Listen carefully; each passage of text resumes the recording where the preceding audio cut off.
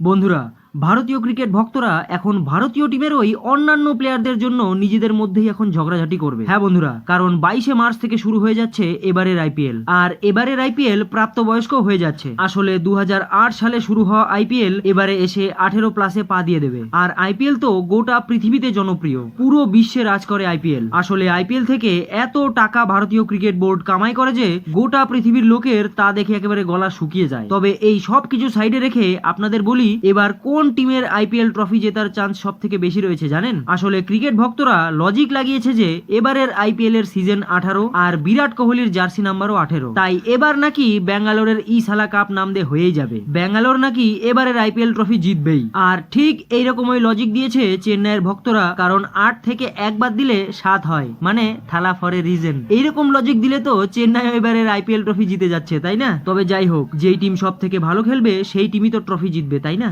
কিন্তু অস্ট্রেলিয়ার প্রাক্তন খেলোয়াড় ব্রেটলি বলেছে যে যাই হয়ে যাক না কেন আরসিবি নাকি এবারও কাপ জিততে পারবে না। তবে আপনাদের কি মনে হয় বন্ধুরা? নিচে কমেন্ট করে অবশ্যই জানাবেন।